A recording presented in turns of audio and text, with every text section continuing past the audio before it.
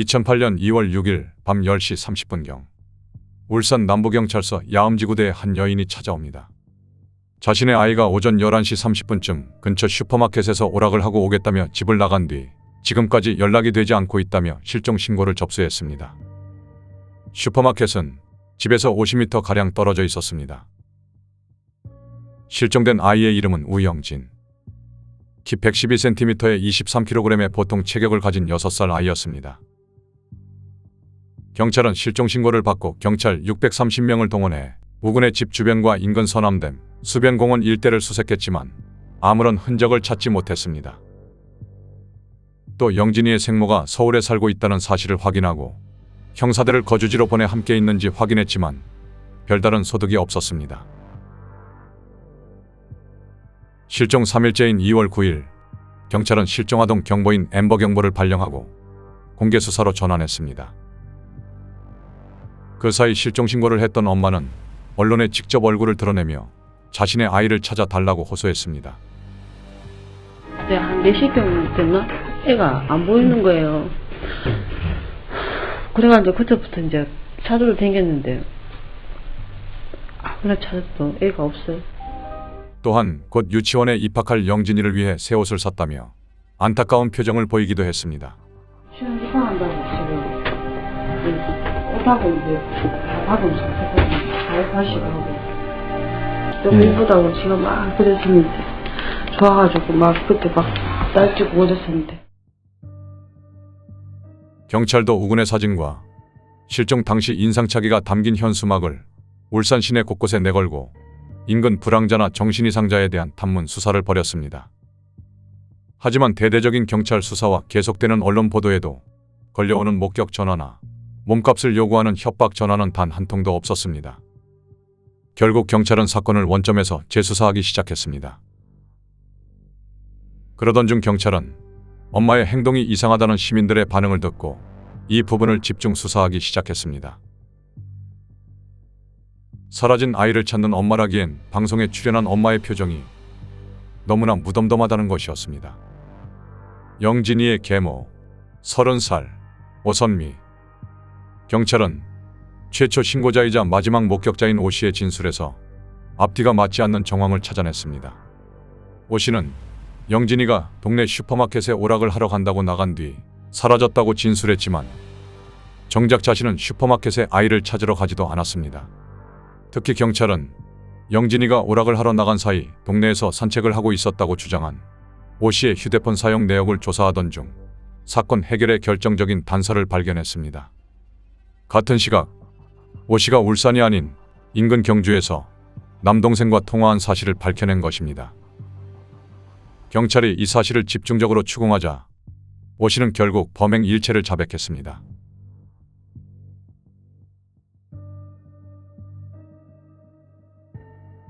오 씨는 경찰 조사에서 신고 전날인 2008년 2월 5일 저녁밥을 먹다 영진이가 먹은 것을 토하고 말을 잘 듣지 않는다는 이유로 폭행을 시작했다고 진술했습니다. 뺨을 때리고 배를 발로 찼으며 등과 얼굴 등을 빗자루로 67차례 마구 때린 뒤 잠을 재웠다는 계모 오 씨. 다음날 일어나 보니 아이가 죽어있는 것을 발견하고 시신을 종이 박스에 넣은 뒤 콜벤을 불러 자신의 친정이 있는 경주시 외동읍으로 옮겼습니다. 그리고 비닐하우스 옆 논두렁에 있던 페드럼통에 시신을 넣은 뒤 인근 주유소에서 구입한 휘발유를 뿌린 다음 시신을 불태웠습니다. 그리고는 울산 집으로 돌아와 태연하게 경찰지구대를 찾아가 실종신고를 했던 것입니다. 오 씨의 진술을 바탕으로 현장에서 수색 작업을 펼친 경찰은 저녁 6시 45분쯤 1m 20cm 높이의 페드럼통에서 심하게 훼손된 영진이의 시신을 찾아냈습니다. 시신은 얼굴을 알아볼 수 없을 정도로 심하게 훼손돼 있었습니다. 부검 결과는 더욱 참혹했습니다. 직접적인 사망 원인은 내장 파열에 의한 출혈로 장기가 손상될 정도로 폭행이 심했던 것으로 드러났습니다. 얼굴과 머리 등까지 온몸에 상처가 있었던 사실도 함께 확인됐습니다.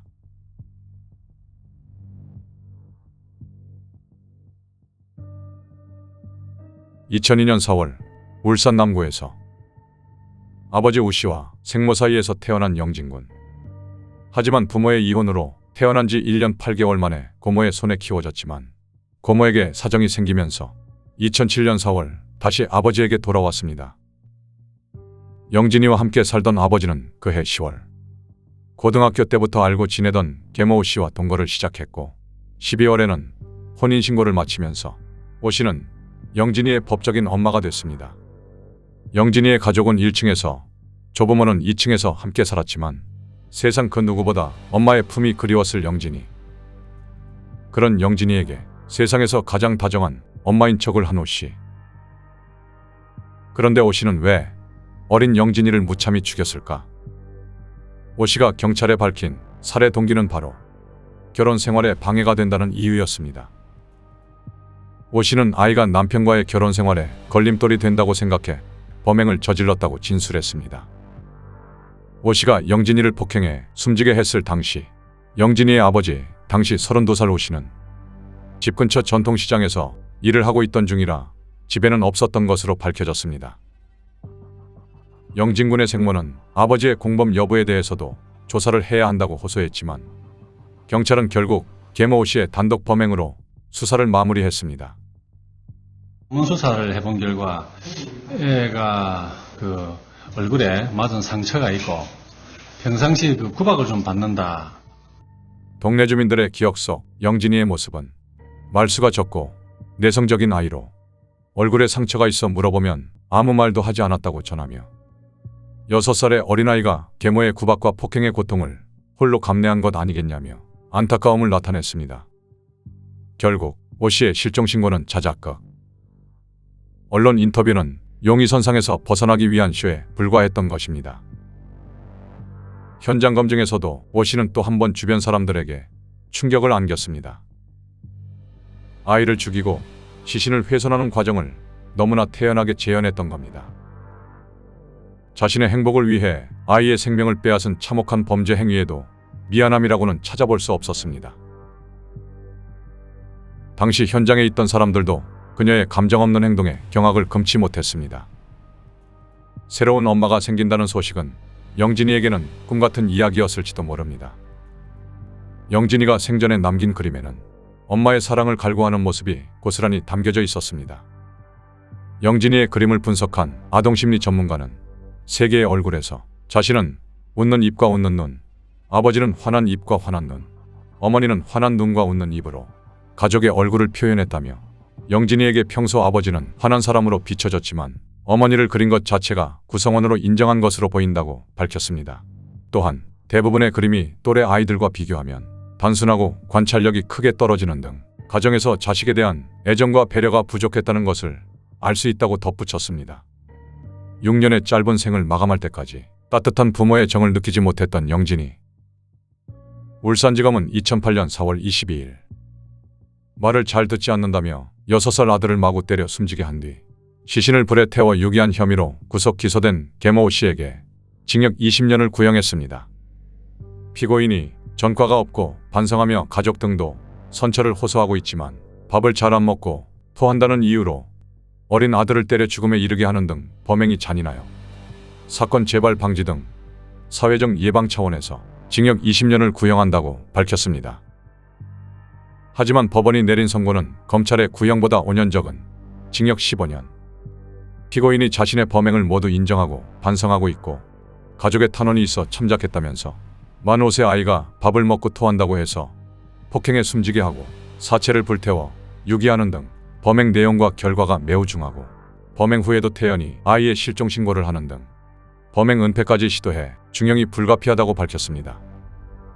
범죄심리 전문가들은 계모 오 씨의 범행에 대해 상대의 고통에 무감각한 악마적 발상이 현실화된 엽기적인 사건이라고 규정했습니다. 이번 사건 같은 경우는 아이 학대를 상습적으로 하다 보니까 그 상대의 고통에 무감각해졌고요.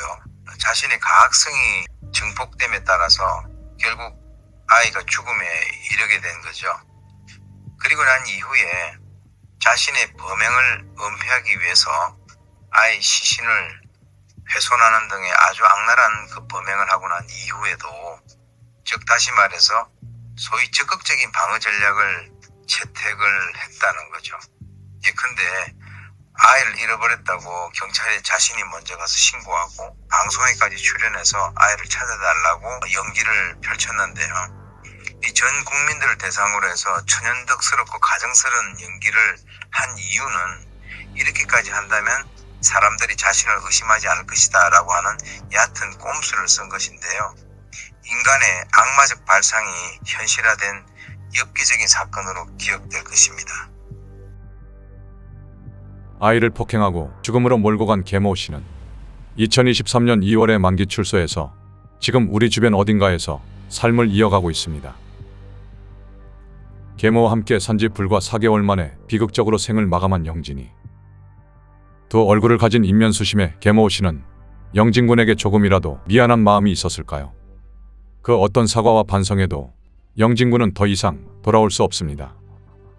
부디 하늘나라에서는 좋은 사람들과 행복하길 바랍니다.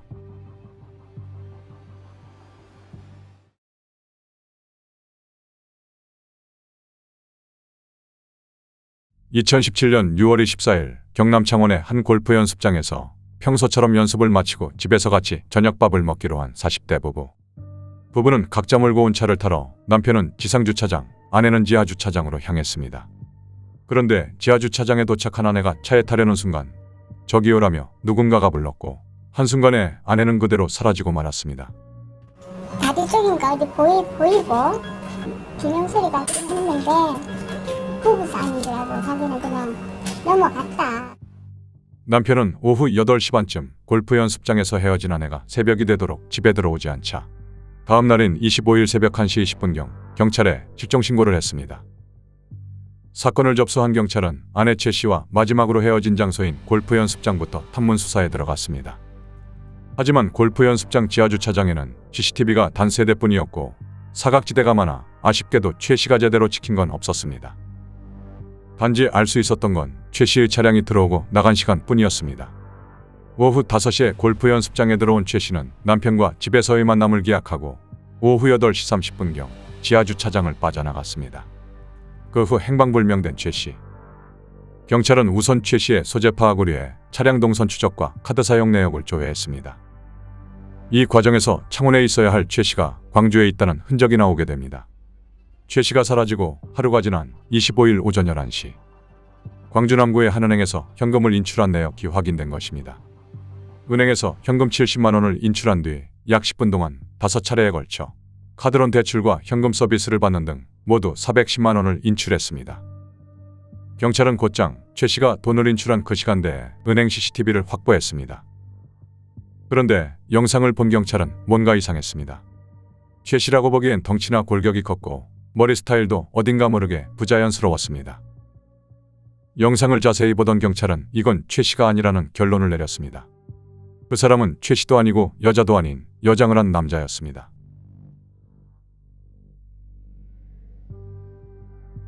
최 씨가 사라지고 24시간도 지나지 않은 짧은 시간에 여장을 한 채 최 씨의 카드로 현금까지 인출한 남자. 경찰은 곧장 용의자 추적에 들어갔습니다. 우선 용의자가 은행 근처까지 타고 온 차량의 소유주를 확인했습니다. 차량 소유주를 확인해 본 결과 경남 함안에 사는 중년 여성이었습니다. 용의자인 남성과 차량 소유주인 중년 여성은 어떤 관계인 걸까? 경찰은 26일 밤 10시쯤 중년 여성의 집으로 찾아갔습니다. 중년 여성은 아들인 신모 씨가 최근까지 차량을 운전했다고 진술했습니다. 이에 따라 경찰은 아파트 주변을 수색했는데 의외의 장소에서 용의자 심 씨와 마주치게 됩니다. 용의자 심 씨는 아파트 근처에 주차된 차량 밑에 숨어 있다가 수색 중인 경찰에 의해 27일 새벽 1시 30분에 검거됐습니다. 검거된 심 씨는 곧바로 범행을 인정했지만 주범은 육촌형인 31살 심천우이며 본인과 심천우의 애인인 36살 강정임은 심천우가 시키는 대로만 했다고 진술했습니다.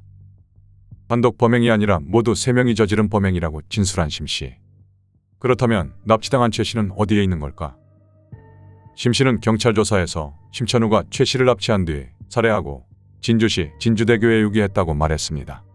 그 마들 2개를 3명이서 그 스포티지 그 트럭에 싣고 전라남도 순천쪽으로 가다가 어느 저 불상 저수지에 그 던져버렸다고. 심 씨의 진술을 토대로 수사에 돌입한 경찰은 진주대교 밑에서 마대자루 하나를 발견했습니다. 예상대로 마대자루 안에는 피해자 최 씨가 숨져 있었습니다. 그런데 경찰 조사 결과 최 씨와 심천우는 일면식도 없는 관계였습니다. 왜 심천우는 최 씨를 상대로 이런 짓을 한 걸까? 경찰은 곧바로 이 사건의 용의자들을 공개 수배로 전환했습니다. 골프장에서 같이 캐디로 일하면서 연인 관계로 발전한 심천우와 강정임. 이들은 범행 이틀 후인 26일 전남 순천의 한 미용실에서 태연이 머리 스타일을 바꿨습니다. 심 씨는 머리에 일자로 스크래치 2줄을 냈고 강 씨는 단발로 잘랐습니다.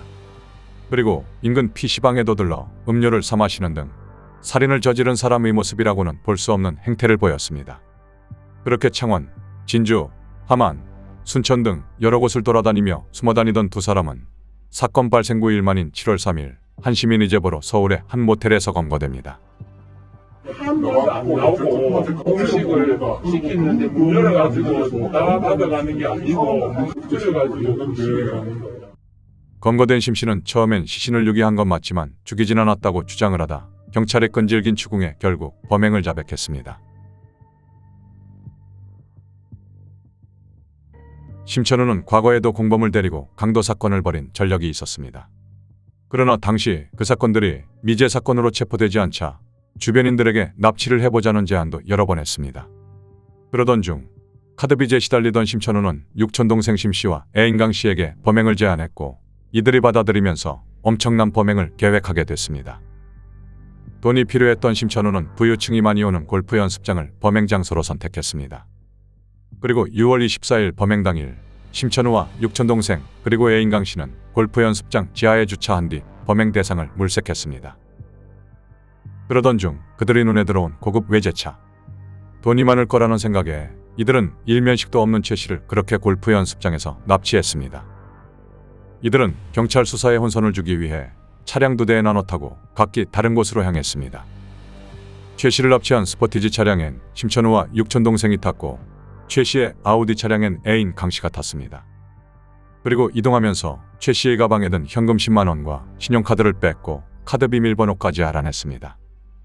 강 씨는 아우디 차량을 창원 시내에 주차했고 스포티지 차량은 경남 고성군으로 갔습니다. 그리고 고성군 길가에 심천우와 최 씨를 내려준 뒤 육촌동생 심 씨는 강 씨를 태우러 창원으로 돌아갔습니다. 그 사이 심천우는 미리 물색해둔 폐업한 주유소로 갔습니다. 그리고 거기서 최 씨를 살해했습니다. 부모님 이야기를 해가지고 말을 못하게 하고 싶어서 목을 오른손으로 잡고 심천우는 창원에서 살해 현장인 주유소로 오고 있는 강 씨에게 연락해 돌을 주워오라고 지시했습니다. 그리고는 마대자루에 사망한 최 씨를 넣고 그 안에 돌을 가득 채웠습니다. 그리고 진주시에 있는 진주대교로 향했습니다. 24일 오후 11시 30분 진주대교 아래 시신을 유기했습니다. 불과 단 3시간 만에 납치와 살해 그리고 시신 유기까지 저지른 심 씨의 일당. 이들은 다음 날인 25일 광주로 이동해 여장을 하고 피해자 최 씨의 카드로 410만 원을 인출했습니다. 현금이 생긴 심 씨의 일당은 26일 이번엔 순천으로 가서 도주에 용이하게끔 미용실에서 머리 스타일을 바꿨습니다. 그렇게 경찰의 수사망을 요리조리 빠져나가다 27일 새벽 함안에서 심천우의 육촌동생 심 씨가 아파트 근처 주차장에서 검거됐습니다. 심 씨가 검거되는 동안 심천우와 강정임은 야산으로 도망쳤습니다. 그렇게 도망다니던 둘은 범행 9일 만에 서울 중랑구 면목동의 한 모텔에서 검거됐습니다. 현재 신경이 좀 어떻습니까? 유족들에게 한 말씀 해주시죠. 살인 혐의 뒤늦게 인정한 이유가 어디 있습니까? 처음부터 살해를 계획했습니까? 검찰은 이들이 사전에 마대자루와 케이블 타이를 구매한 것과 이들이 범행 과정에서 나눈 대화를 종합해보면 사전에 모의를 통해 범행을 저질렀다며 주범 심천우에게는 사형을, 공범인 강정임과 육촌동생에게는 각각 징역 30년을 구형했습니다. 하지만 창원지방법원은 강도살인 혐의로 기소된 심천우에게는 무기징역에 20년간 전자발찌 부착을, 애인 강 씨와 육촌동생 심 씨에게는 각각 징역 15년을 선고했습니다. 재판부는 주범 심 씨에 대해 키 175cm, 몸무게 97kg의 체격으로 체중 46kg의 최 씨를 케이블 타이로 결박해 저항이 불가능한 상태에서 목을 졸랐다며 최 씨 가족에게 연락해 돈을 받아내려 했다고 주장하지만 예전에도 다른 지인에게 범행을 제안하면서 사람을 납치해 돈을 빼앗고 죽이는 게 깔끔하겠지라고 하는 등 그럴 의도는 애초에 없었다고 밝혔습니다. 법원은 또 A인강 씨에 대해서는 주범 심 씨가 드라이브 하자는 줄 알고 따라갔다가 갑자기 최 씨 차를 운전하라고 해 지시를 따랐을 뿐이라고 주장하지만 최 씨가 골프 연습장에 들어가고 나올 때까지 지켜보는 등 자신의 역할을 충실히 수행했다고 지적했습니다. 재판부는 그러면서 이들 피고인 3명이 모두 잔혹한 범행을 저지르고도 혐의를 부인하면서 반성하지도 않는다고 비판했습니다. 이 사건 외에도 1993년부터 94년까지 5명의 피해자를 납치살해한 지존파 사건을 비롯해서 최근 2023년에 발생한 서울 강남구 여성 납치살인에 이르기까지 우리 사회에서도 납치살인 사건이 지속적으로 발생하고 있는데요. 아동 또는 어린이 대상 유괴 살인 사건까지 포함하면 더욱 많은 사례들을 찾아볼 수 있습니다. 특히 이 사건을 포함해서 비면식 피해자를 대상으로 한 납치살인 사건의 유사한 특징 중에 하나는 금품을 노리고 시도된 경우가 많다는 것입니다. 그런데 살인까지 하고 정작 피해자로부터 뺏은 돈은 그렇게 거액이 아닌 사례가 많다는 점은 우리를 더욱 허탈하고 화나게 합니다. 또한 납치 행위의 특성상 단독 범행보다 공범이 있는 경우가 많고 살인은 은밀한 장소에서 이루어지며 검거를 피하기 위해 지역을 이동해가며 도주하는 경우가 많기 때문에 조기에 범인을 특정하기 쉽지 않은 범죄 유형 중 하나입니다. 그런데 이 사건이나 지존파 사건, 그리고 최근의 강남 여성 납치 사건의 또 다른 공통점은 신고와 제보가 결정적인 단서가 되어 범인들을 검거할 수 있었다는 것입니다. 따라서 실종자 발생 시 경찰이 적극적 대응과 함께 우리 시민들의 적극적인 제보가 피해자의 생명을 구하고 조기에 범인을 검거하는 데 매우 중요하다는 점을 다시 한번 일깨워준 사건이라고 생각합니다. 최 씨의 남편은 아내가 천성이 따뜻하고 포근한 사람으로 결혼 27년 동안 오로지 가족을 위해 헌신한 사람이라며 조금 여유가 생긴 시점에서 살해당해 마음이 찢어진다고 밝혔습니다.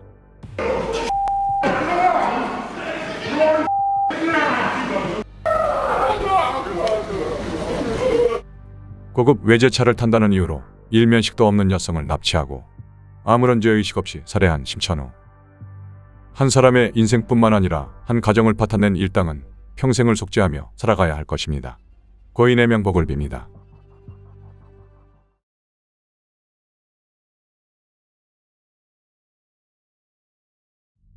(2020년 6월 26일) 새벽 울산 중구의 한 주택가 골목에서 뺑소니 사건이 발생합니다. 울산 도심을 위험하게 내달리던 한 차량이 주택가 골목에서 주차된 차량을 들이박았고 이후 한 남성이 차에서 내리더니 트렁크에서 몇 가지 물건을 챙겨 그대로 달아나 버렸습니다. 신고를 받고 현장에 도착한 경찰은 범인이 사고를 낸 뒤 차량을 버리고 달아난 점으로 미뤄 음주나 마약을 했을 가능성이 높다 보고 운전자 신원을 확인하기 위해 곧바로 차량 등록원부를 조회했습니다. 차량 등록원부에 기록된 정보를 훑어보던 경찰. 그런데 이상한 점을 발견합니다. 사고가 난 차량은 울산 차량이 아닌 충남 차량이었고 등록된 소유자도 블랙박스 속 남성이 아닌 충남 당진에 살고 있던 40살 여성 남호 씨였습니다. 경찰은 차량 소유주로 등록돼 있던 나 씨에게 연락을 해봤지만 웬일인지 나 씨는 전화를 받지 않았습니다. 이후 수차례 연락에도 나 씨의 소재가 확인되지 않자 경찰은 일단 사고 당시 블랙박스에 촬영된 남성부터 추적하기 시작했습니다. 그런데 사고가 발생하고 며칠 뒤인 2020년 7월 2일 뺑소니 용의자를 추적하고 있던 경찰에게 충격적인 소식이 들려옵니다. 용의자가 충남 당진에서 검거됐는데 단순 뺑소니범인 줄 알았던 용의자가 알고 보니 두 자매를 살해한 살인범이었던 것입니다. 울산에서 뺑소니 사고를 낸 차량도 숨진 자매 중 언니의 차량이었습니다. 도대체 범인은 왜 자매를 살해하고 울산으로 왔던 것일까?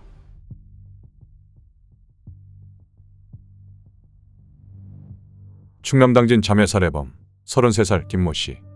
그는 살해된 자매 중 동생의 남자친구였습니다. 그는 경찰 조사에서 6월 25일 밤 여자친구인 동생과 술을 마시다 다툼이 벌어졌고 순간 화를 참지 못해 우발적으로 살인을 저질렀다고 주장했습니다. 이후 같은 아파트에 살고 있던 그녀의 언니에게 범행이 발각될까 두려워 언니마저 살해했고 울산에서 뺑소니 사고를 낸 차량은 도주를 위해 급히 언니의 차를 훔친 것이라고 진술했습니다. 유가족은 이러한 김 씨의 진술을 전면 반박하고 금품을 노린 계획적 살인이라 주장했습니다.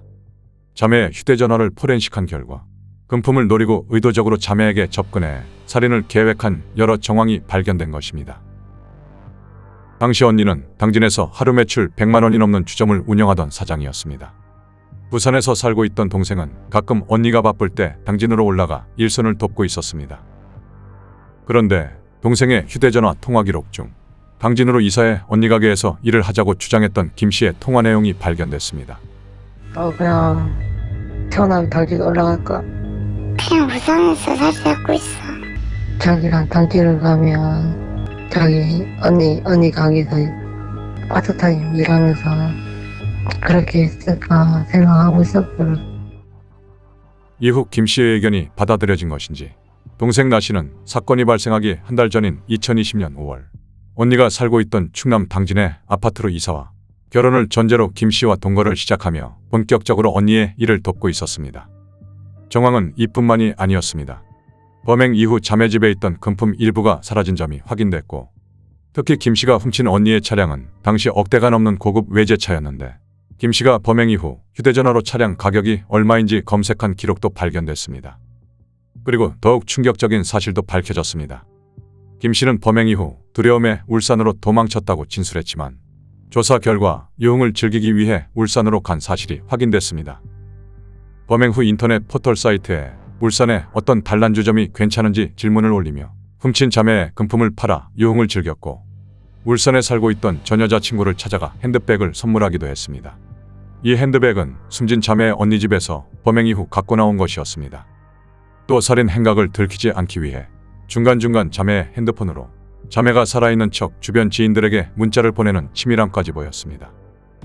그렇게 약 일주일간 유흥을 즐기다 돈이 떨어지자 언니의 가게도 털기 위해 7월 1일 동생의 핸드폰으로 동생인 척 가게 직원에게 출입문 비밀번호를 알려달라고 문자를 보냈다가 수상함을 느낀 직원이 경찰에 신고를 했고 이후 연락을 받지 않는 자매의 집을 직접 찾아간 경찰이 살해 현장을 발견하게 되면서 결국 범행 일주일 만인 7월 2일 경찰에 검거된 것입니다. 유가족은 이러한 정황을 봤을 때 우발적 살인이 아닌 금품을 노린 계획적 살인이 분명하다며 김 씨의 사형을 요구했습니다. 검찰도 김 씨가 피해자의 목을 조르면서 신용카드와 휴대전화 비밀번호를 알아내는 등 용의주도한 모습을 보였다며 유가족들은 참담한 고통 속에 살아가고 있는데 피고인은 마땅히 가져야 할 최소한의 인간성마저 없다면서 법정 최고형인 사형을 선고해달라고 요청했습니다. 하지만 1심과 2심 재판부 모두 김 씨에게 무기징역을 선고했습니다.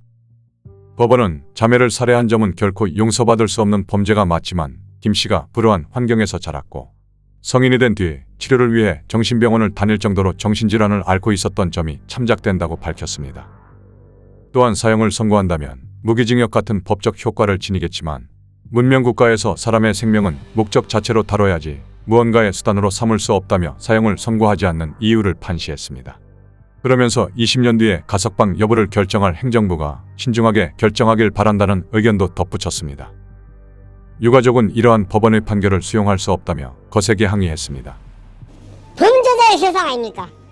범죄자는 법에서 보호해주고 잠재워주고 먹여주고 재워주고 치료해주는데 피해자인 저희들은 누구 하나 돌봐주는 사람 누가 있습니까? 나씨 자매의 아버지는 범인의 치밀한 살인 계획 때문에 뒤늦게 두 딸을 찾아갔을 때는 이미 시신이 썩고 부패해 구더기가 들끓고 있었다며 한번 안아볼 수도 없이 두 딸을 보내야만 했던 참담한 심정을 토로하며 국민청원 게시판에 범인의 사형을 요구하는 글을 올리기도 했습니다. 이 게시글은 수많은 네티즌의 공감을 얻으며 순식간에 수십만 명이 청원에 동의하기도 했습니다. 하지만 유가족의 이러한 노력에도 불구하고 대법원이 앞선 원심 판결을 수용하면서 김 씨는 최종 무기징역이 확정됐습니다. 연인 관계에 있던 피해자와 그 언니까지 살해한 가해자가 이전 범행 경력이나 소년원 경험을 살려서 재판에 적극적으로 대응하면서 정신병원 치료 경력 등 본인에게 유리한 점을 주장해서 큰 공분을 산 사건입니다. 이 사건에서는 적극적으로 행동한 주변인이 사건 해결에 큰 역할을 한 점이 특징적입니다. 피해자들로부터 의심스러운 문자를 받은 가게 직원이 이를 수상히 여겨 경찰에 신고했고 결국 피해자 휴대전화에 대한 위치 추적을 통해서 가해자 특정 및 검거가 가능했습니다. 개인주의 경향이 점차 강해지는 현재에도 여전히 이런 적극적인 신고를 통해서 사건 해결에 도움을 주는 시민이 있음을 기억하고 또 이런 활동을 적극 장려할 필요가 있음을 보여주는 사건이라고 할 것입니다.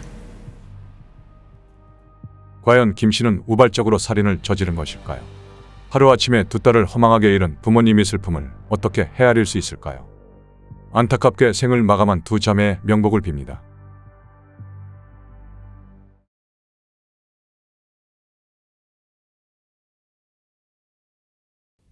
그런 일이 있을까? 우리 그 상상도 못하지. 요 동네에 있다 하면 소름 끼치지.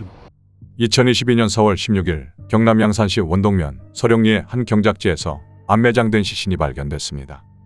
경찰은 곧장 시신의 신원을 파악했고 그렇게 파악된 피해자는 4월 7일에 실종 신고된 50대 의사 최모 씨였습니다.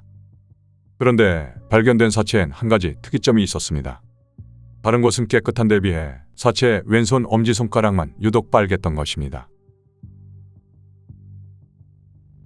2022년 4월 6일 저녁 8시경 부산 금정구에 사는 의사 최 씨는 지인과 약속이 있다며 집을 나섰습니다. 그런데 그날 이후 연락이 끊긴 채 행방불명된 최 씨. 다음 날인 4월 7일 아내는 곧장 경찰에 실종 신고를 했습니다. 경찰이 최 씨의 집 근처에 있는 CCTV를 확인해 본 결과 저녁 8시경 최 씨가 집에서 나오는 것은 확인됐지만 인도를 걷다가 갑자기 최 씨가 화면에서 사라져 버렸습니다.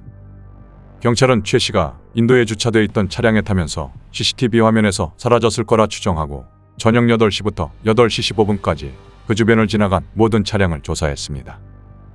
그런데 그중 흰색 중형 세단 차주의 답변이 이상했습니다. 해당 차주는 그 시간에 그곳을 가지 않았다고 진술한 겁니다. 그런데 이 차주의 알리바이를 조사해보니 정말로 그 시간에 그곳을 가지 않았습니다. 그렇다면 같은 번호판을 쓰고 있는 차량이 있다는 것인데 경찰은 최 씨가 사라진 곳에서 발견된 흰색 중형 세단의 이동 경로를 추적했습니다. 그날 해당 차량이 최종적으로 향한 곳은 경남 양산시 원동면 서령리였습니다. 최 씨의 집과는 약 30km가 떨어진 외진 마을. 최 씨는 왜 이곳을 가게 된 걸까? 한적한 시골 마을이라 CCTV도 몇 대 없어 최 씨의 행방을 찾기는 어려운 상황. 그런데 한 컨테이너 건물에 있는 CCTV가 다행히도 컨테이너 앞과 함께 마을 전경을 촬영하고 있었습니다. 경찰은 CCTV에 녹화된 영상을 통해 그날 차량이 머문 곳을 유추해 볼 수 있었습니다. 최 씨가 탄 차량은 도로를 따라 산을 올라가며 총 3번 정차했습니다. 정차한 3곳은 모두 주변에 아무것도 없는 허허벌판의 경작지였습니다. 허허벌판에 돌밖에 없는데 최 씨는 도대체 어디로 간 걸까? 최 씨의 행방에 대한 별다른 증거가 나오지 않아 답답하던 찰나에 경찰의 시야에 한 깡통이 들어옵니다. 깡통은 산화되어 불그스름하게 녹슬어 있었습니다. 습한 땅도 아닌데 산화가 된 깡통이 있다. 이에 경찰은 깡통이 축축한 땅 속에 있다가 얼마 전에 땅 위로 올라온 것이 아닐까라는 추측을 하게 됩니다. 그리고 경찰은 해당 땅 주인이 하는 진술을 듣고 이 땅과 최 씨가 사라진 데는 연관이 있다고 확신하게 됩니다. 얼마 전에 지인이 제 땅에 꽃나무를 심어도 되냐고 해서 어차피 놀고 있는 땅이라 그러라고 했고 얼마 전에 포클레인이 와서 땅을 팠다고 하더라고요. 경찰은 최 씨가 안매장당했을지도 모른다는 생각에 땅 주인에게 땅을 파게 해달라고 부탁했습니다. 땅 주인은 땅을 파내고 메꾸기만 한다면 상관없다고 하면서도 꽃나무를 심는다던 지인이 변호사인데다 정말 착하고 순수한 사람이라 예상하는 그런 일은 없을 거라고 호언장담했습니다.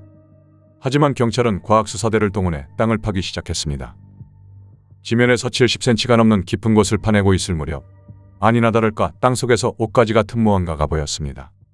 그리고 거기서 나온 사체 한 구. 그 사체는 경찰의 예상대로 사라진 최 씨였습니다. 실종 10일 만에 싸늘한 주검이 돼 나타난 최 씨.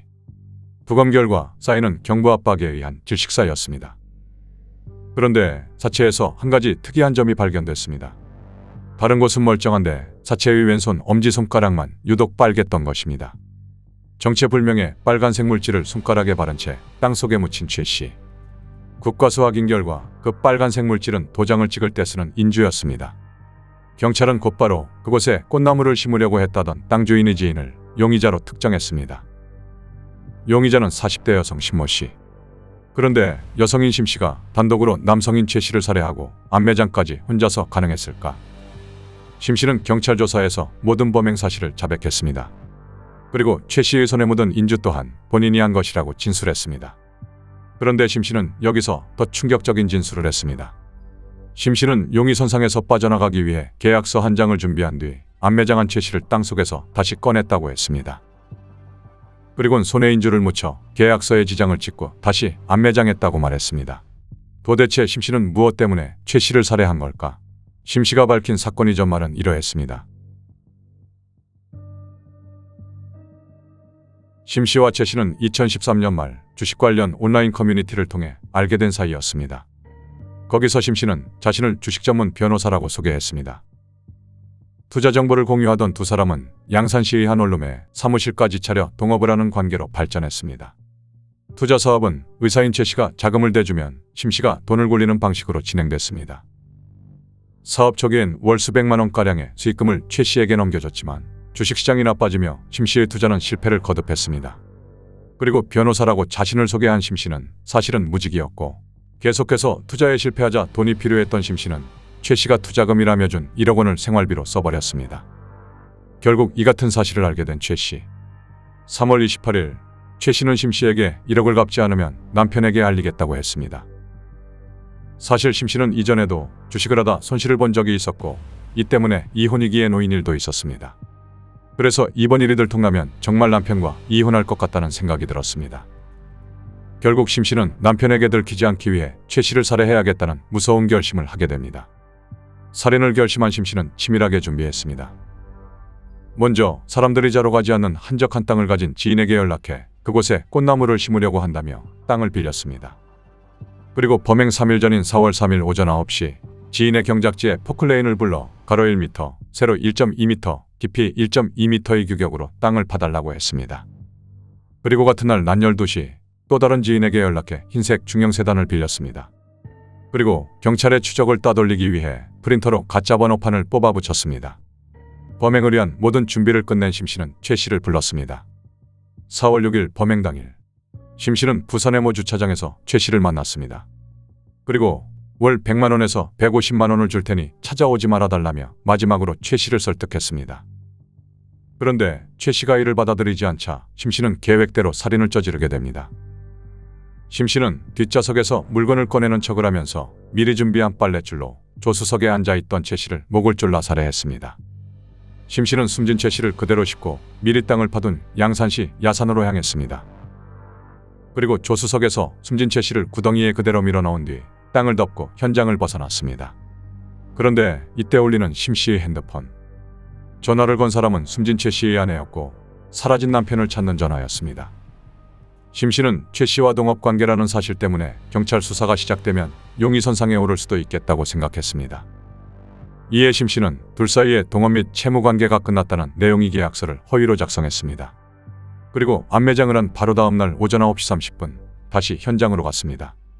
심 씨는 땅속에 묻어놓은 최 씨의 시신을 꺼내 엄지손가락에 준비한 인주를 묻혀 계약서에 지장을 찍었습니다. 그리고 다시 최 씨를 안매장했습니다. 알리바이를 위해 2번이나 최 씨를 안매장한 심 씨. 검찰은 심 씨에게 징역 28년을 구형했지만 1심에선 양형기준상으로 가장 높은 판결인 무기징역이 선고됐습니다. 부산지방법원은 범행도구를 사전에 준비하고 시신 유기 장소를 미리 섭외했을 뿐만 아니라 시신을 옮길 자동차의 번호판을 다른 번호로 변경하는 등 사전에 치밀하게 범행을 계획했다며 특히 시신의 지문을 이용해 사문서 위조 범행까지 저질렀다며 무기징역을 선고했습니다.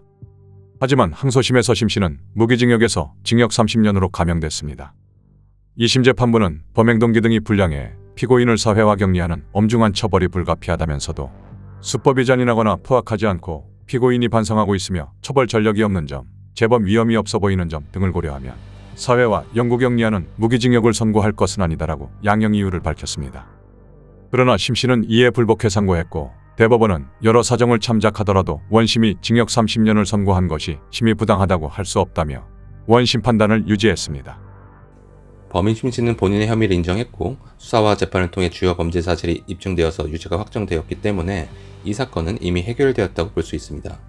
다만 1심 재판부는 치밀하게 계획된 범죄라는 점에 주목해서 선고 당시에 28년을 구형한 검찰보다 더 중한 무기징역을 선고하기도 했지만 항소심에서는 동종 범행이나 전과가 없는 점을 고려해서 30년으로 감형을 했고 대법원 재판을 통해 최종 확정되었습니다. 이렇게 표면적으로 해결된 것으로 보여지는 이 사건에서 여전히 풀리지 않는 두 가지 의문이 남습니다. 그 첫 번째는 과연 심 씨의 단독 범행인가, 즉 공범은 없는가 라는 것인데 만약 단독 범행이 아니라면 공범에 대해서 국가의 형사 책임을 묻지 못했다는 문제가 제기될 수 있습니다. 그리고 두 번째 의문은 심 씨의 과거 유사 범죄 또는 여죄는 없는가라는 것입니다. 특히 항소심에서 감형한 이유가 바로 동정전과 또는 여죄가 없다는 점이 반영되었다는 점에서 이는 중요한 쟁점이라고 할 수 있습니다. 따라서 심 씨의 의사 안매장 살해 혐의에 대해서는 이미 종결된 사안일 수 있으나 공범 여부나 심 씨의 여죄 여부는 별개의 사건이 될 수 있다는 점에서 이에 대한 추가적인 조사를 해볼 여지는 여전히 남아있지 않을까 생각합니다. 이혼당하지 않기 위해 서슴없이 살인을 저지르고 2번이나 최 씨를 안매장한 심 씨. 자신의 잘못을 덮고 본인의 가정을 지키기 위해 남의 가정을 파탄낸 심 씨는 교도소에서 30년간 속죄의 시간을 보내야 할 것입니다.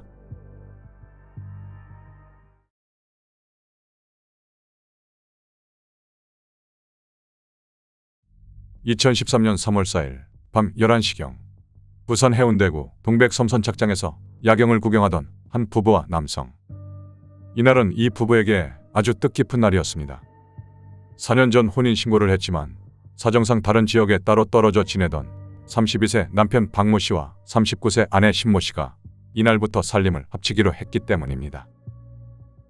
그동안 친척이 운영하는 경주의 한 식당에서 일하며 지내던 아내 신 씨는 살림을 합칠 수 있게 됐다는 남편 박 씨의 말에 곧장 짐을 싸서 박 씨가 사는 부산으로 갔습니다. 이날 오후 5시경 신 씨는 해운대역에서 남편 박 씨를 만났고 박 씨는 4년 만에 같이 살게 됐다며 들떠있는 아내를 미용실에 데리고 가 머리 스타일을 바꿔주며 즐거운 시간을 함께 했습니다. 오후 7시 30분경 길을 나선 부부는 우연히 남편 박 씨의 후배 31세 이모 씨를 만났습니다. 박 씨는 오랜만에 만난 후배 이 씨에게 반갑다며 셋이서 함께 저녁을 먹자고 제안했고 그렇게 세 사람은 부산 기장의 한 횟집에서 저녁을 먹고 동백섬 선착장으로 야경을 보러 갔습니다. 그렇게 인생 최고의 날을 보내고 있던 신 씨. 하지만 불행은 가장 행복할 때 찾아오고 말았습니다. 도대체 그날 동백섬에선 무슨 일이 있었던 것일까? 동백섬 선착장을 찾은 세 사람은 40분 정도 야경을 본 뒤 밤 11시 10분쯤 차에 탔습니다. 이때 차 운전석엔 후배 이 씨가, 보조석엔 남편 박 씨, 그리고 뒷좌석엔 아내 신 씨가 탔습니다. 그렇게 차가 막 출발하려는 순간 남편 박 씨가 밖에 물통을 두고 왔다며 차에서 내렸고 이때 운전대를 잡고 있던 후배 이 씨는 박 씨를 두고 갈 거라는 농담을 하며 시동을 걸고 차를 후진했습니다. 그런데 사건은 여기서 발생하고 말았습니다. 아내와 후배가 타고 있던 차량이 후진하면서 속도를 내는가 싶더니 그대로 바다에 빠지고 만 것입니다. 옆에서 이를 본 남편 박 씨는 곧장 119에 신고했고 아내를 구하기 위해 구명환을 들고 바다에 뛰어들기까지 했습니다. 차에 타고 있던 아내 신 씨와 후배 이 씨는 패닉 그 자체였습니다. 이 씨는 운전석에 열려있던 창문을 통해 탈출을 시도했고 아내 신 씨는 다급하게 119에 구조 요청을 했습니다. 열린 창문으로 바닷물이 밀려 들어오자 아내 신 씨의 목소리는 절규에 가까웠습니다.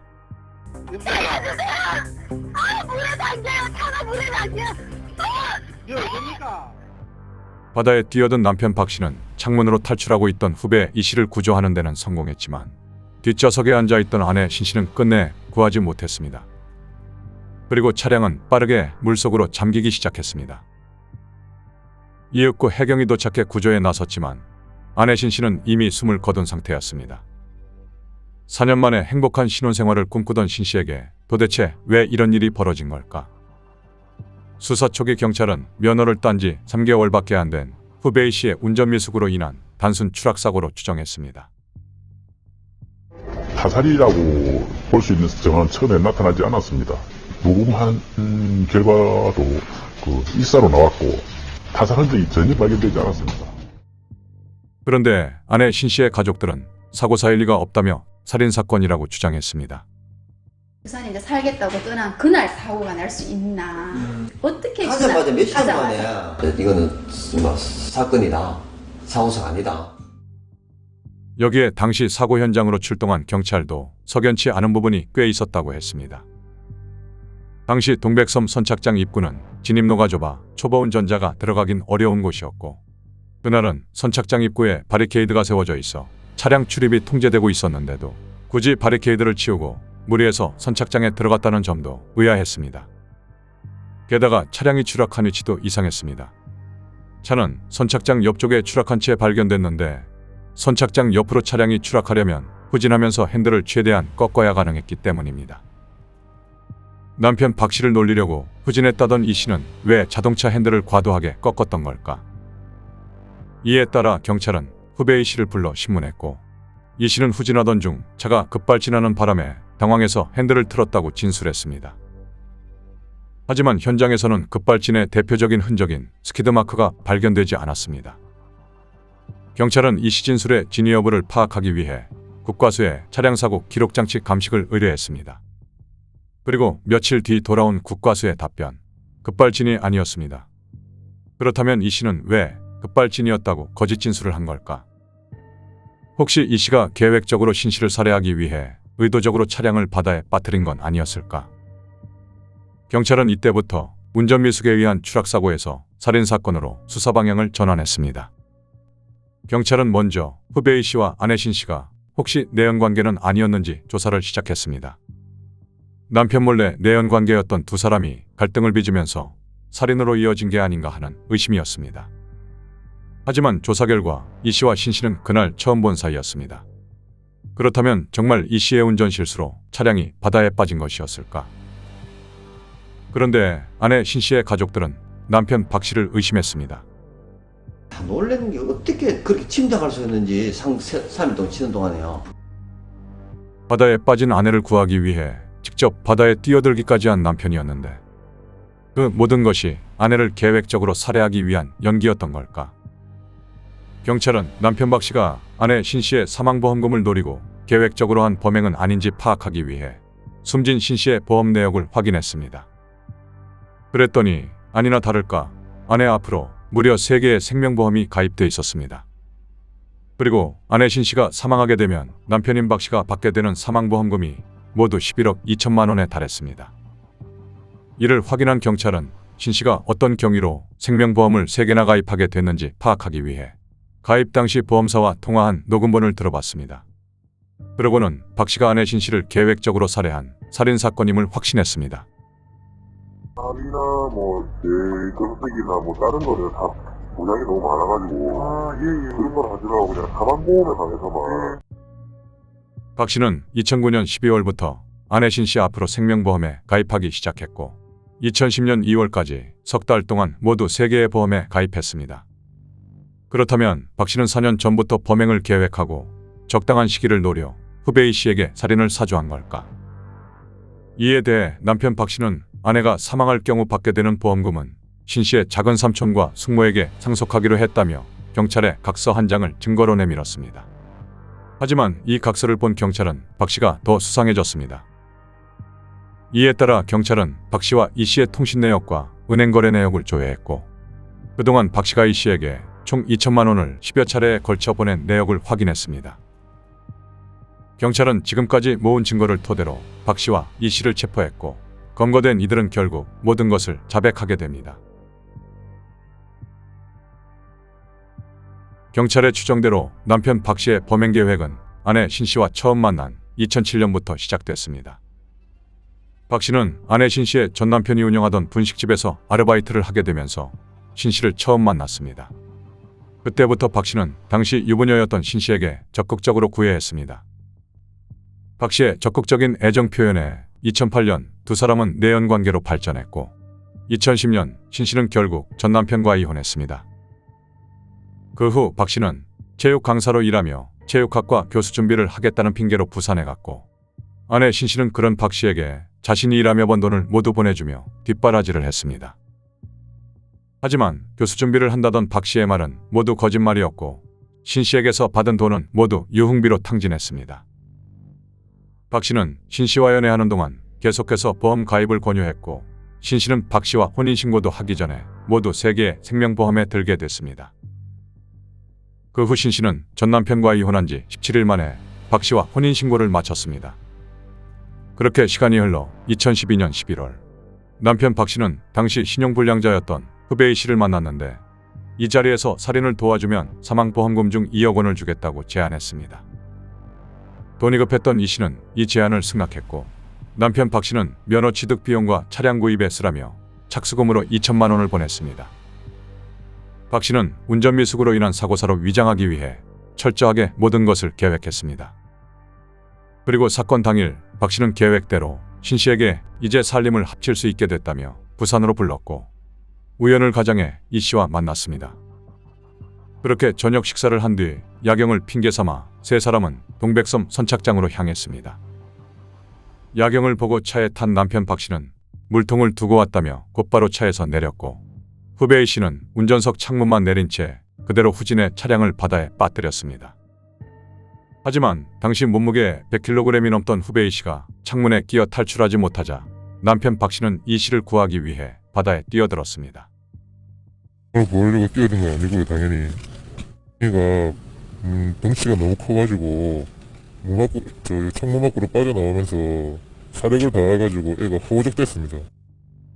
계획대로 탈출하지 못하고 있던 후배 A 씨는 본인도 물에 빠져 죽을지도 모른다는 생각에 허우적거리다 차량의 모든 창문을 다 내렸습니다. 운전 창문을 내렸는데 그런 위해서 창문을 내렸거든요, 다. 사실 뭔가 솔직히 우리 보고 다 필요 없고 잘못했다고 싶어가지고 창문 다 내렸어요. 하지만 뒤쪽 창문이 모두 열렸음에도 불구하고 아내 신 씨는 탈출하지 못한 채 차 안에서 그대로 숨지고 말았습니다. 이렇게 사고사로 위장한 뒤 아내 신 씨의 사망보험금만 받으면 모든 게 끝날 거라 생각했던 남편 박 씨는 결국 경찰 수사에 덜미가 잡히고 만 것입니다. 수사를 마무리하고 있던 경찰은 남편 박 씨가 제출한 핸드폰을 확인하다가 또 한 번 경악을 금치 못했습니다. 박 씨의 핸드폰 사진첩에 청첩장이 하나 찍혀 있었는데 그 청첩장의 신랑은 바로 남편 박 씨였고 신부는 박 씨의 새로운 여자친구였습니다. 그리고 더욱 놀라운 사실은 결혼식 날짜가 범행을 저지른 날로부터 한 달 뒤였습니다. 박 씨는 결혼식 날짜가 다가오자 살림을 합칠 수 있게 됐다는 거짓말로 신 씨를 불러 살인을 저지른 것입니다. 그렇게 사고사로 위장해 신 씨를 살해하고 본인은 신 씨 사망보험금으로 새로운 가정을 꾸리려고 했던 것입니다. 부산지방법원은 박 씨가 새로운 여자친구와의 결혼자금, 개인적인 부채 변제 등을 위해 그에게 돈이 필요하게 되자 보험금을 받아 이를 해결할 목적으로 자동차 사고로 사망한 것처럼 가장해 아내를 살해하는 등 죄질이 극히 불량하다며 징역 23년을 선고했습니다. 범행을 도운 후배 A 씨에게는 징역 13년을 선고했습니다. 신 씨의 유족들은 처음부터 사망보험금을 노린 결혼이라며 혼인무효 소송을 냈고 2015년 9월 부산가정법원은 2년 3개월 동안 혼인 생활에 외관을 만들어낸 것은 보험 목적 살인이라는 의심을 받지 않고 보험금을 타내려는 목적을 달성하려는 것일 뿐이었다며 신 씨와 사회관 염상 부부라고 인정되는 정신적 육체적 결합을 통해 생활 공동체를 형성함으로써 참다운 부부관계를 설정하려는 혼인 의사가 없었다고 봄이 상당해 두 사람의 혼인은 무효임을 확인한다고 판결했습니다. 박 씨는 법원의 혼인무효 판결에 따라 신 씨의 법정상 속인 지위를 잃게 됐고 아내를 살해하면서까지 노렸던 신 씨의 사망보험금을 단 한 푼도 받지 못하게 됐습니다. 피해자를 교통사고로 위장해 살해하고 사망보험금을 편취할 목적으로 4년 동안 치밀하게 계획을 하였는데요. 가해자는 피해자가 사망하는 그날까지 가혹하게 피해자를 이용한 그런 파렴치한 범죄자였습니다. 살인사건의 가장 큰 동기를 일반적으로는 원한과 치정으로 보는 경우가 상당히 많습니다. 그만큼 살인이라는 극한의 범죄 행위는 매우 감정적인 측면이 많다고 보는 것인데요. 금전적 목적으로 살해를 하는 경우는 실제로 그렇게 많지 않은 비율이고 이번처럼 계획적으로 금전을 목적으로 살인 계획을 오랫동안 세웠던 경우는 매우 죄질이 좋지 않은 경우라고 할 수 있습니다. 결국 운전미숙으로 인한 교통사고로 묻혀버릴 뻔한 사건을 담당 형사의 탁월한 수사감 그리고 끈질긴 조사로 피해자의 억울함을 일부라도 해소시켜 줄 수 있게 한 대표적인 사건이라고 할 수 있겠습니다. 처음부터 사랑이라는 감정을 이용해 접근한 뒤 보험금을 노린 추악한 범죄로 한 사람의 인생을 숨두리째 앗아간 박 씨. 23년간의 교도소 수감기간 동안 진심으로 죄를 뉘우치길 바랍니다.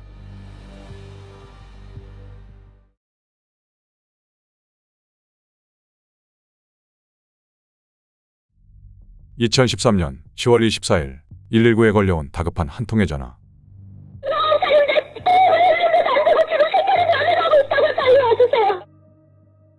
신고자는 바로 아이의 엄마 39세 박모 씨. 박 씨는 딸아이가 혼자 목욕하다가 욕조에 빠져 숨을 못 쉬고 있다며 119에 구조 요청했습니다. 구급대원들이 현장에 도착했을 때 박 씨는 딸 이서현 양에게 심폐소생술을 하고 있었습니다. 하지만 그런 박 씨의 노력에도 아이의 호흡은 돌아오지 않고 있었습니다.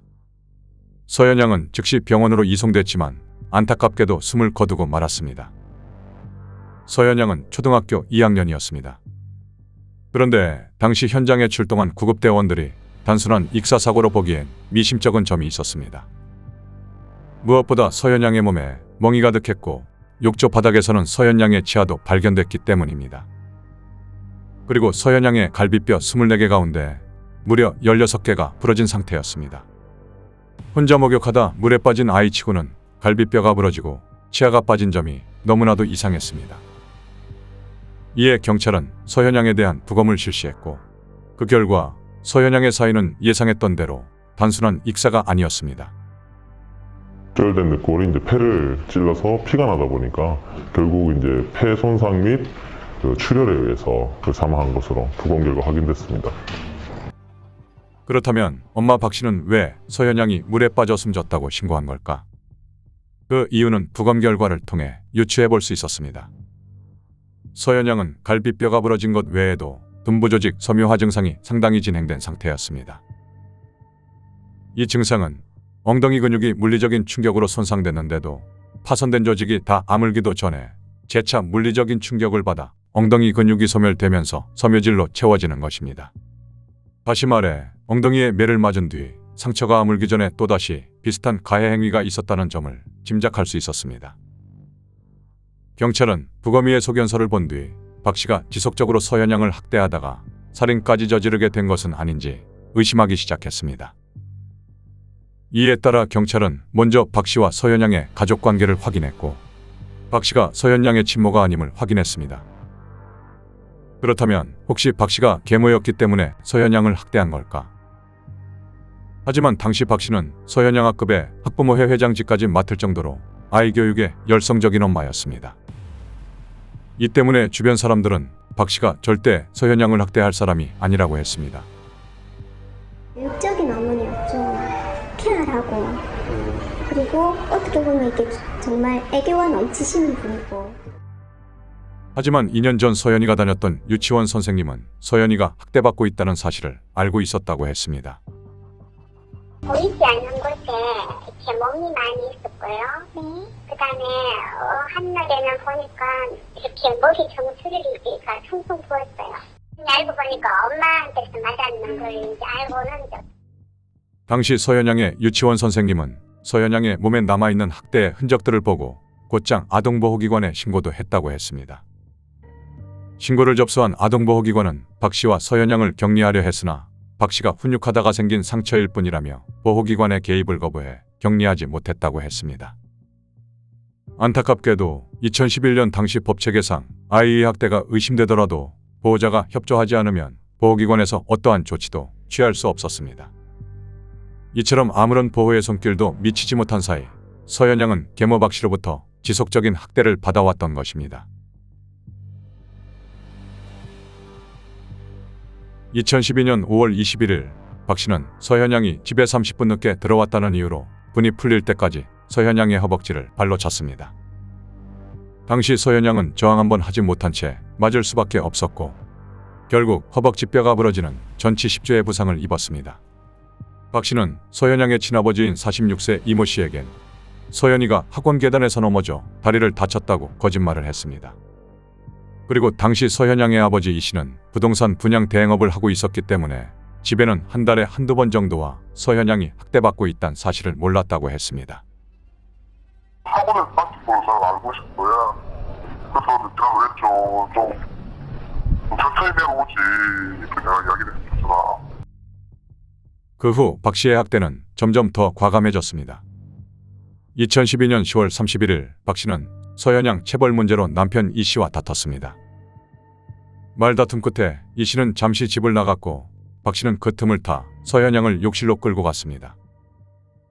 그리고는 서현 양의 손과 발에 뜨거운 물을 사정없이 뿌렸습니다. 서현양의 고사리 같은 손과 발은 빨갛게 부어오르며 수포가 올라왔고 이도 화상 진단을 받았습니다.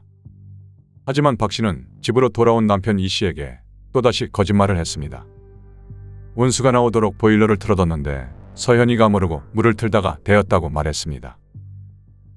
그리고 박 씨는 심지어 서현양이 숨진 사건 당일에도 남편 이 씨에게 거짓말을 했습니다.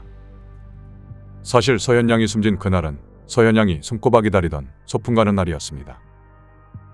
이제 곧 인천으로 이사갈 예정이었기 때문에 서현양은 친구들과의 마지막 소풍을 기대하고 있었습니다.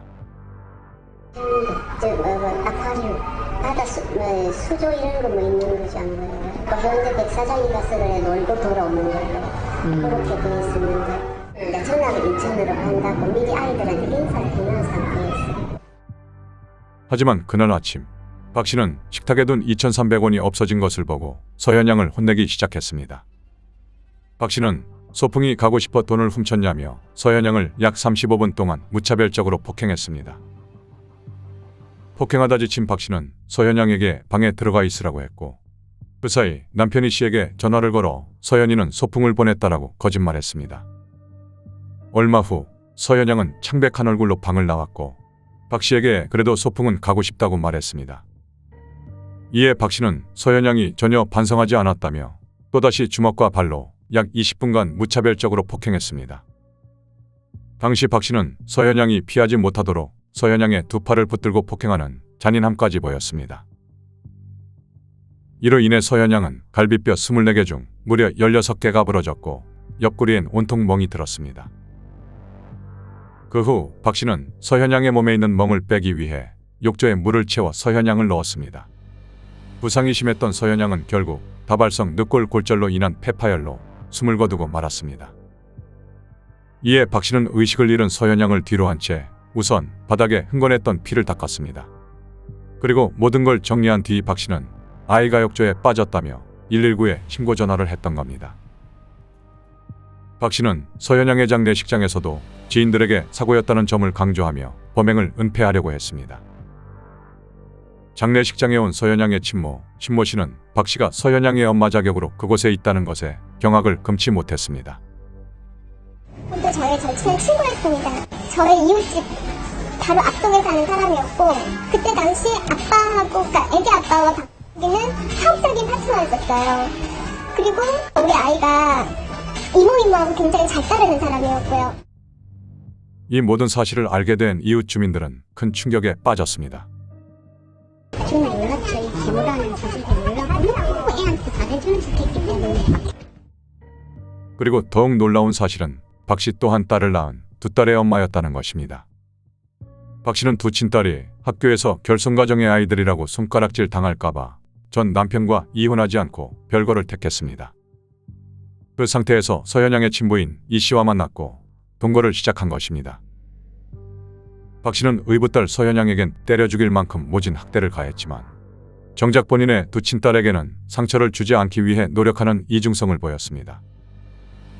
모든 사실을 알게 된 서현양의 친모는 아이가 할머니랑 자라는 줄 알았는데 이토록 학대받으며 사는 줄 몰랐다며 연신 눈물을 흘렸습니다.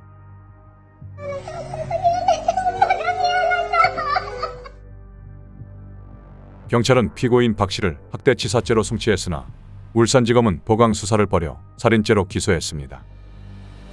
검찰은 1시간에 걸쳐 머리, 가슴, 배 등 급소를 포함한 신체 주요 부위를 집중적으로 수없이 때리고 발로 차는 등 무자비한 폭력으로 숨진 이양이 비명을 지르며 주저앉아 얼굴이 창백해진 상황을 인식하면서도 박 씨는 폭력을 중단하지 않는 등 범행 수법이 대단히 잔혹하다며 법정 최고형인 사형을 구형했습니다. 서현양 사건은 흉기 사용 없는 아동학대 사망사건에서 관례적으로 적용했던 학대치사죄 대신 살인죄를 적용한 첫 사례였습니다. 하지만 울산지방법원은 박 씨가 서현양이 사망할 것을 예상하고 폭행한 것으로 볼 수 없다며 살인죄 대신 상해치사죄를 적용해 징역 15년을 선고했습니다. 서현양의 친부 이 씨에게는 징역 3년을 선고했습니다. 이에 아버지 이 씨는 계모 박 씨의 학대를 예견하지 못했고 양형이 너무 무겁다며 항소했습니다. 항소심 재판부는 박 씨가 의붓딸에게 주먹과 발로 약 35분간 무자비하게 폭행을 가한 이후 얼굴에 핏기가 없어 창백해 보이는 피해자를 다시 주먹과 발로 피해자의 머리, 옆구리, 배, 다리 등을 폭행했다며 전문적인 의학 지식이 없는 피고인이라고 하더라도 이 모습을 지켜보면 생명에 심각한 지장이 초래되었음을 충분히 인식한 것으로 볼 수 있다며 박 씨에게 살인죄를 적용해 징역 18년을 선고했습니다. 그리고 서현양의 아버지 이 씨에게는 딸이 계모로부터 수년간 계속적이고 반복적으로 신체적 정서적 학대를 당해 상당한 상해를 입고 보호와 치료가 필요한 상태에 있었음을 인식하고 있었다며 딸에 대한 이런 학대가 계속되면 치명적인 결과가 발생할 수도 있음을 예견했는데도 보호자의 책임을 외면했다며 징역 3년을 선고한 원심을 깨고 징역 4년을 선고했습니다. 이전에 이미 서연이의 몸에서 발견된 폭행 흔적을 토대로 아동보호기관에 신고된 이력이 있었으나 관련 법적 조치가 미흡하여 학대자와의 격리가 이루어지지 않은 아쉬움이 있으며 이후에 아동학대 관련 법령과 제도 개선의 계기가 된 사건입니다. 아동은 스스로 본인의 피해 사실을 인지하기 어렵고 경찰 신고 등의 적극적인 자구행위를 하는 경우도 거의 없습니다. 이런 특성을 고려해서 아동학대 신고 의무자와 처벌 규정을 두고 있지만 신고 의무자가 아니어도 누구든 아동학대 사건은 신고할 수 있습니다. 주변인의 역할이 다른 어떤 범죄 유형에 비해서 아동학대에서는 중요하기 때문에 아동이 학대받는 사실을 알게 되거나 혹은 아동학대가 의심스러운 경우에 경찰에 누구든 신고할 수 있음을 그리고 신고하여야 함을 적극적으로 홍보할 필요가 있겠습니다. 서현양과 같은 피해 아동이 또다시 발생하지 않도록 조금이라도 학대 징후가 보이는 아이들이 있다면 반드시 신고해 주길 바랍니다. 짧은 생을 살다간 서현양의 명복을 빕니다.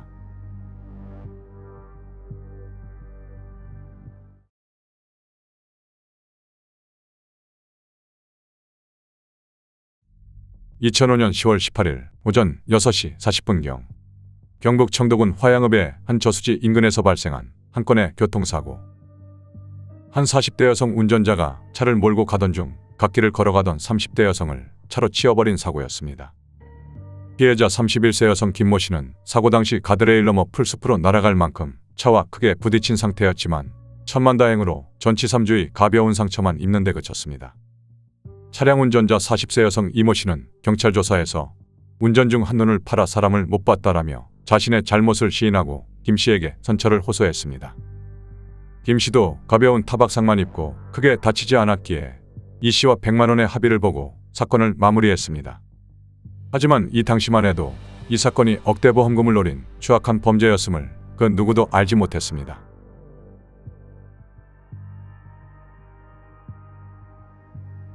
(7개월의) 시간이 지난 2006년 6월경 교통사고를 당했던 김 씨에게 다급한 전화 한 통이 걸려옵니다. 발신자는 부산 북부경찰서의 한 형사였습니다. 전화를 건 형사는 김 씨에게 작년 청도군에서 발생한 교통사고와 관련해 조사할 것이 있다며 빠른 시일 안에 경찰서로 출석해 줄 것을 요청했습니다. 갑작스러운 경찰의 출석 요구에 적잖이 당황한 김 씨.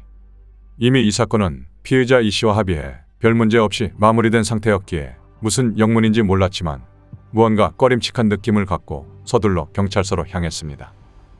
그런데 경찰서에 도착한 김 씨는 경찰의 이야기를 듣고 충격을 받아 쓰러지고 맙니다. 작년 청도군에서 발생했던 교통사고가 경찰 조사 결과 김 씨를 살해하려고 계획한 고의적인 교통사고로 밝혀졌고 사고를 낸 피의자 이 씨 외에 공범이 한 명 더 있는데 바로 자신의 남편 35살 박모 씨라는 겁니다. 도대체 남편 박 씨는 왜 아내 김 씨를 살해하려 했던 것일까? 경찰이 밝힌 사건이 전말은 이러했습니다. 사건 발생으로부터 약 2년 전인 2004년경 당시 남편 박 씨와 아내 김 씨는 잦은 다툼으로 인해 별거 중인 상태였습니다. 그러던 중 2004년 6월경 남편 박 씨는 경북 경산에서 풀빵 장사를 하고 있던 친구를 만나러 갔습니다. 오랜만에 만난 친구와 이런저런 얘기를 주고받던 박 씨는 우연히 옆 가게에서 뽑기 장사를 하고 있던 이 씨와도 친분을 쌓게 됐고 이후 친구와 함께 3명이 술자리를 같이 하면서 박 씨는 5살 연상이던 이 씨에게 점점 호감을 느끼게 됐습니다. 이 씨는 당시 남편과 이혼한 상태였습니다. 이후 몇 차례 더 만남을 가지면서 박 씨와 이 씨는 결국 내연 관계로까지 발전하게 됐고 이후 박 씨는 사이가 좋지 않았던 아내와 헤어지고 이 씨와 새로운 가정을 꾸리고 싶었지만 경제 사정이 여의치 않자 결국 아내를 살해한 뒤 보험금을 타내기로 마음먹습니다. 이후 2005년 2월 8일 박 씨는 인적이 드문 장소에서 돌멩이로 머리를 내리쳐 아내를 살해하기로 결심합니다. 경찰 조사로 밝혀진 박 씨의 첫 살해 시도였습니다. 박 씨는 오랜만에 드라이브나 하자며 아내를 유인해 경북 군위에서 대구로 가는 국도변으로 향했습니다. 이후 인적이 드문 장소에 주차한 뒤 숨겨놓은 돌멩이로 아내의 머리를 내리치려고 했지만 순간 2살 배기 아들을 안고 있는 아내의 모습을 보고 범행을 망설이게 됐고 결국 마음이 약해진 박 씨는 범행을 포기하게 됩니다. 그렇게 첫 번째 살해 시도는 실패에 그치고 맙니다.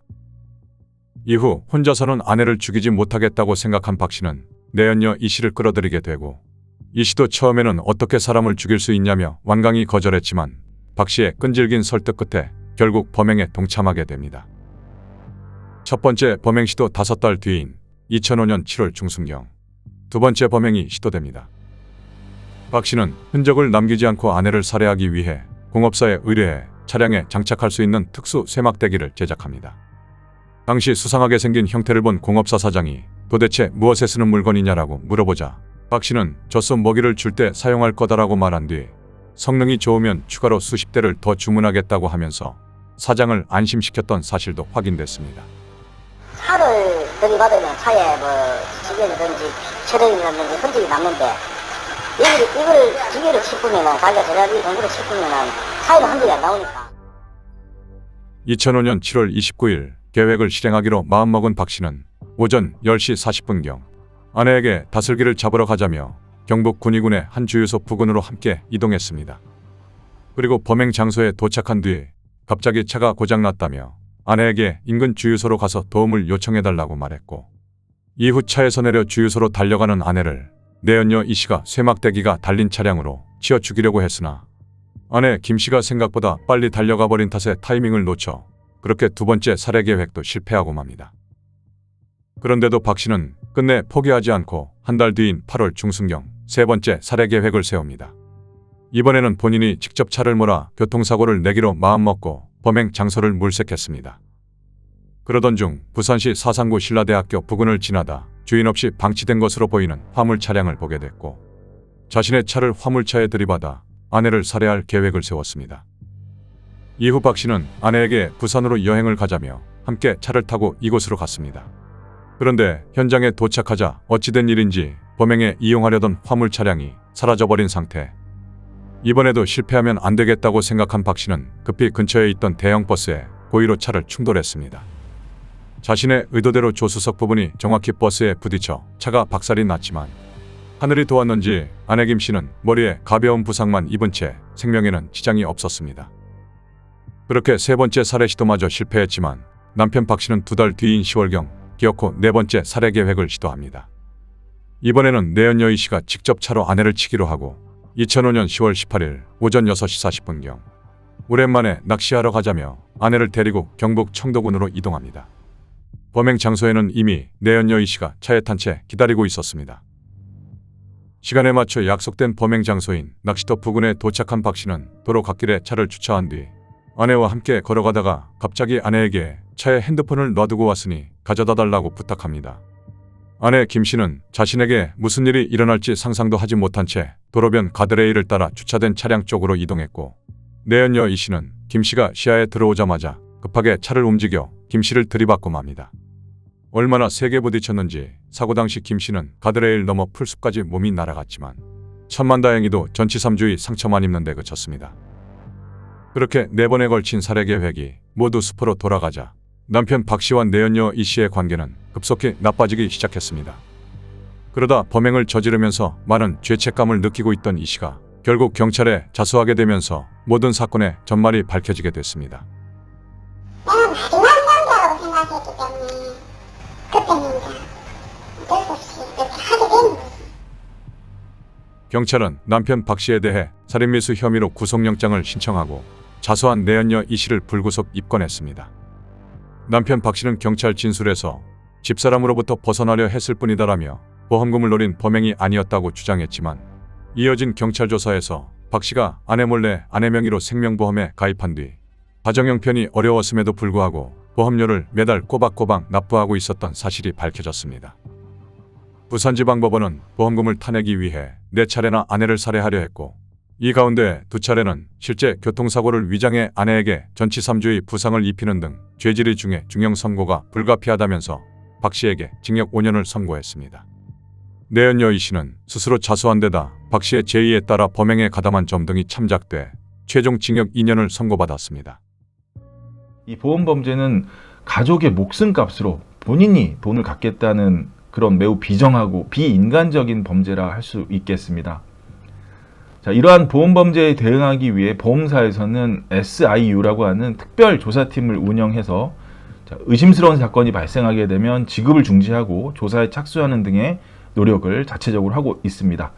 자, 그렇지만 이러한 것은 이미 사건이 발생한 이후에 사후적으로 대응하는 것으로서 근본적인 문제 원인 해결이라고 볼 수는 없습니다. 그렇다 하더라도 SIU의 조사 권한을 확대하거나 경찰과의 협조 관계를 더욱 긴밀하게 구축하는 등의 노력은 필요해 보입니다. 보험 사기 사건이 계속 증가하고 그 금액도 1조 원을 넘어서고 있지만 정작 기소유예로 끝나거나 구약식에 그치는 경우가 많고요. 징역형의 실형이 선고되는 비중이 일반 사기죄에 비해서 매우 낮은 것이 현실입니다.